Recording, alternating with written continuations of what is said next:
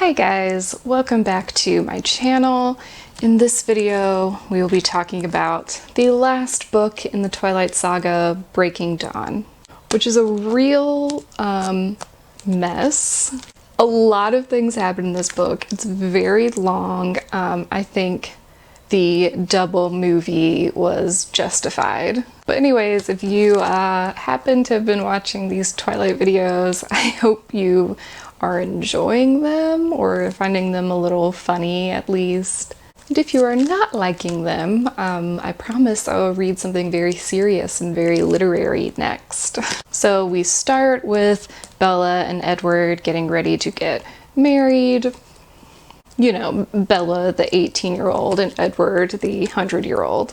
And the whole plot is moving towards Bella becoming a vampire. And of course, I think we all know by now that she gets pregnant, and then there's the whole Renesmee thing, and then the Volturi stuff at the end. So again, it's a lot.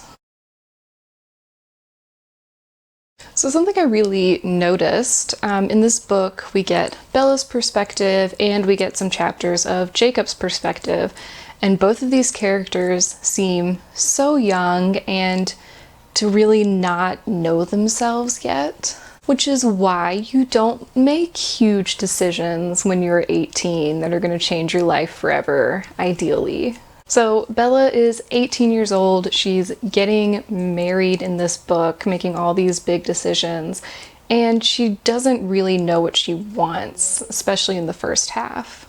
First off, once again, Bella has no interests, no goals outside of being with Edward and like being in the Cullen family. She has no interest in college, which isn't like a huge deal, but she doesn't have interest in anything else either. But of course, she would be willing to trade sex with going to college. The girl does not have her priorities in order at all. And then, you know, the topic of you can't have kids when you're a vampire keeps coming up. And Bella is just like, sure, I don't mind. I don't want kids. I've never thought about it. I just want Edward. But of course, we know that's not really true because she doesn't know what she wants yet, because the second she finds out she's pregnant, she's like, oh yeah, I have to have this baby. And they can like say whatever they want about how, oh, it was really just about this baby, blah, blah, blah. But that's what Bella wanted, and maybe not something that she wanted at 18, but she would have wanted at some point in her life. So if she doesn't know any of these basic things about herself, how can she be making these decisions about marriage and immortality and all of these very permanent things? And everybody's always talking about Bella like she's so mature. Like, where? I don't see it. Also, a lot of the conversation about the ability to have or to not have kids feels like very sexist in these books. Like, all the female vampires are very concerned, and it's like their heartbreaking tragedy that they can't have kids. But the male vampires, it's like a non-issue. It's never even mentioned. And like, Carlisle is explicitly paternal. Like, not being able to have kids should be as much a part of his theme as Esme's. And then outside of the context of the Twilight Saga, the whole women who say they don't want to have kids but actually will one day, or just don't know because they haven't done it yet, is also a kind of like sexist idea that like every woman instinctually wants children. But whatever, clearly Bella does want this child, and she was giving that away without really thinking about it very much. So then Jacob. Jacob has several chapters in the middle of this that are from his perspective. I had some issues with the writing of those. Like, I feel like Stephanie Meyer wasn't quite nailing Jacob's tone in his own head. It was like supposed to be edgy, but felt very like middle school kind of edgy. But I mean, I read the book when I was a middle schooler, so that fits, I guess. But Jacob is another character who's very young, even younger than Bella. I guess he's like 16, and he is also making very permanent life decisions. I talked in the last video about how like weird and sad it was that Jacob, who's only like a teenager, not even legal yet, assuming that this Bella heartbreak is like the endless forever heartbreak and he'll never get over it. That's just his reality now. So, you know, it's all very dramatic, and Jacob's decision making is very emotion driven, and frankly, he's just too strong and powerful and able to do things based on his like cognitive level.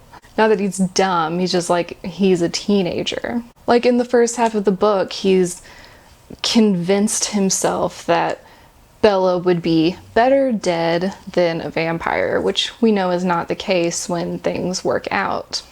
And Jacob is like all about going and attacking the Cullens and fighting them and killing as many as he can until he's actually faced with the reality of that, and then he doesn't want to do it. And he doesn't want to do that so strongly that he makes his own pack separate from Sam.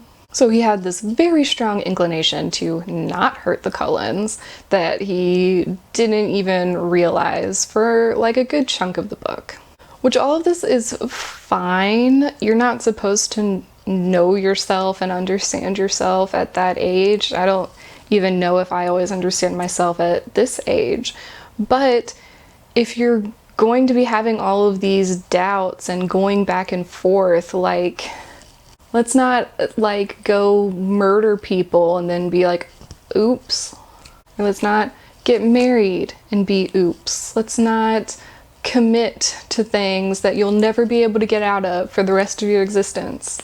Oops. I don't know. I mean, I'm enjoying reading the books for nostalgia purposes. They're entertaining, they're fun, but you can't help but just think over and over again, oh my gosh, these characters are so young. Like so many of the issues with the series as like an adult reader would be solved if they were like aged up just a little bit, but then I guess it wouldn't be YA fiction. I don't know. Or if like more time had passed between the books, so at least like these people would have known each other a little longer. Okay, and now we have to address the Renesmee problem. First off, the name is terrible. We all know this. There's no excuse for that name. Bella barely even talks to her mom. Like, why would she name this kid after her mom? I'm serious, in the movies, they played up her relationship. She talks to her mom less in the books. But anyways, Stephenie Meyer set up this impossible love triangle scenario that was really cemented in Eclipse, and it had to be solved, so she chose the worst way possible. I literally can't think of a worse way for this to be fixed than Jacob imprinting on a newborn baby. Like, there were other options. You didn't have to do this. And I don't care how it's justified, oh no, it's like when they're little, it's like you're a brother or a caretaker, and then they grow and you change to be whatever they need. Like, no. The end goal of this is a romantic relationship with the infant. This like didn't even have to be an option. Like, imprinting could have just been an adult thing. We didn't have to bring this element into it. And she knows that this is not good because she only shows us adults and like little tiny kids. So yeah, it's easy to define the relationship when it's like a baby who sees you as like a caregiver, or when it's another adult who's your partner.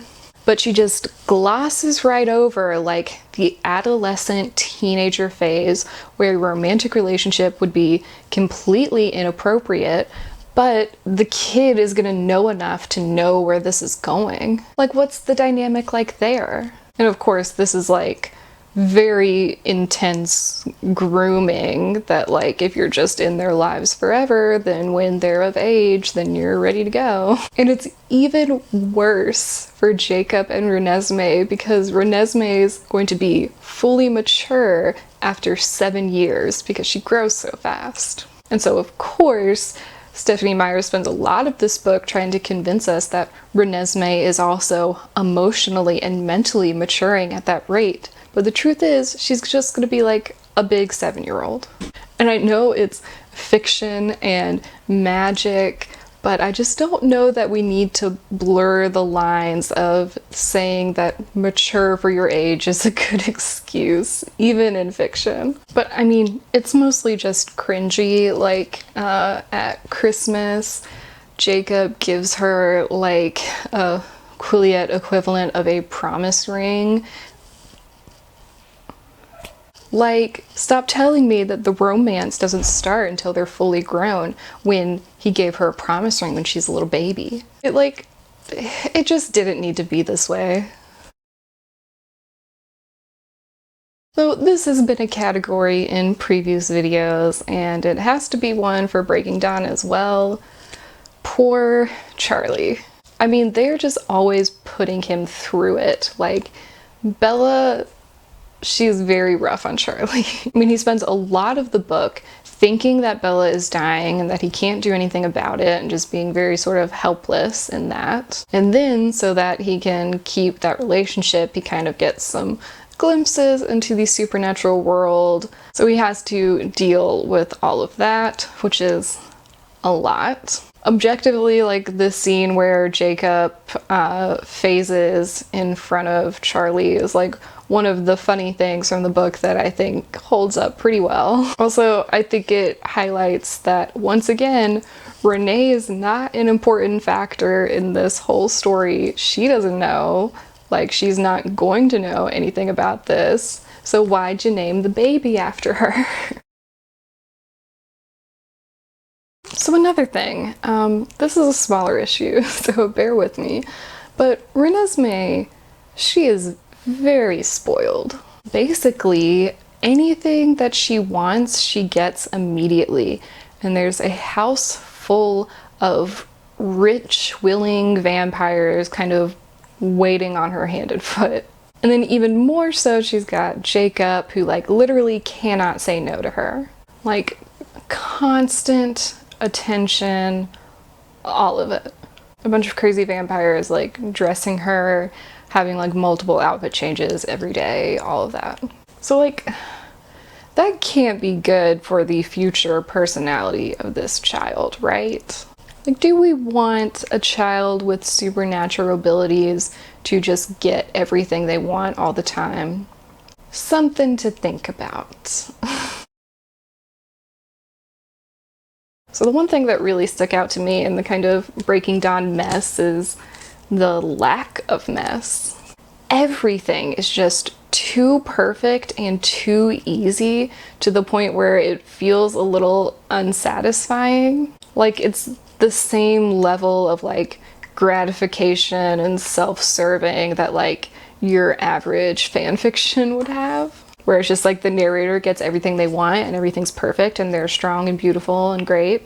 Which, like, you know, perfect things don't make for great stories generally.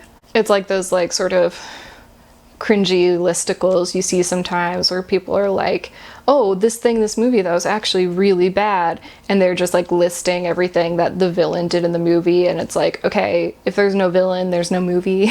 Basically, Bella gets everything that we've been told the entire series is impossible. Like, it takes away the stakes from everything else. She gets to have Edward forever, like literally forever, and she gets to have a child, which we've been told over and over and over again that was something she was giving up. And despite the like love triangle situation, she gets to keep her friendship with Jacob and everything's like perfect and balanced and great. And she gets to have a relationship with Charlie, which even more so we've been told over and over again was something that could never happen. And then Renesmee and Jacob are theoretically going to live forever, so there's not even the potential of something bad happening.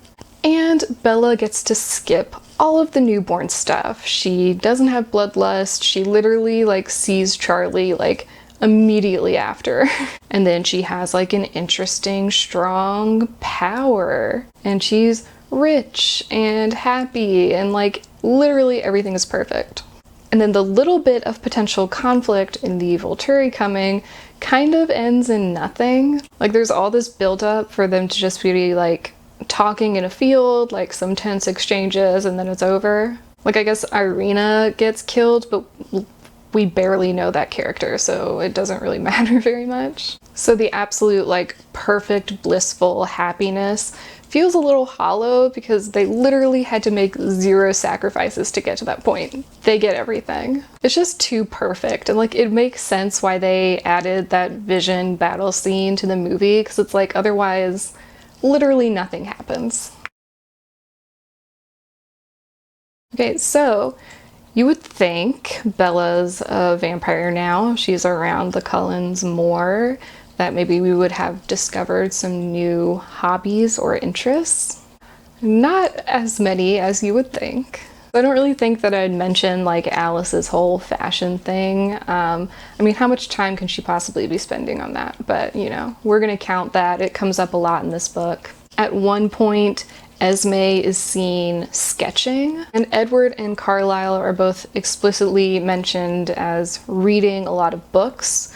No one else in the family is ever seen reading or talked about reading. There is a part where Emma and Rose are like building a house out of playing cards, which is funny. Not really like an interest, but it's something they're doing. Yeah, again, I don't feel satisfied with like the answers to what the Cullens are doing with all of their time. Like none of them work. There's huge amounts of time where they're not attending a school. They don't sleep at night. Like they gotta have some hobbies. Yeah, so reading the Twilight series again, it was a lot of fun, you know. It's just kind of like pure escapism, like regressing a little bit, indulging that. It's a good time. I think maybe I would wait like another 10 years before I would consider reading them again. But yeah, it was a lot of fun. I'm definitely watching all of the movies now, which like just went on to Netflix, which was very convenient timing for me. And again, the next thing I read will be less silly. Okay, that's all I have for this video. Thanks for watching. Bye.